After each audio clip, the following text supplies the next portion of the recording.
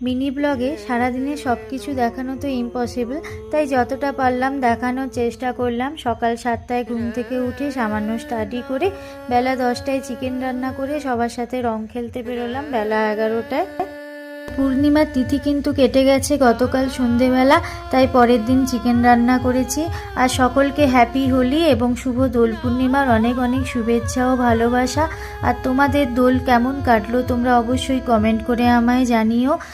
তারপর দুপুর 2টোয় স্নান সেরে সোজা দুপুরের লাঞ্চ করে অল্প কিছুক্ষণ রেস্ট নিয়ে সন্ধেবেলা ছাদে এসে হাঁটাচলা করে নিয়ে ঠাকুর প্রণাম করে নিচে এসে টিভি দেখতে দেখতে চা খেয়ে নিলাম।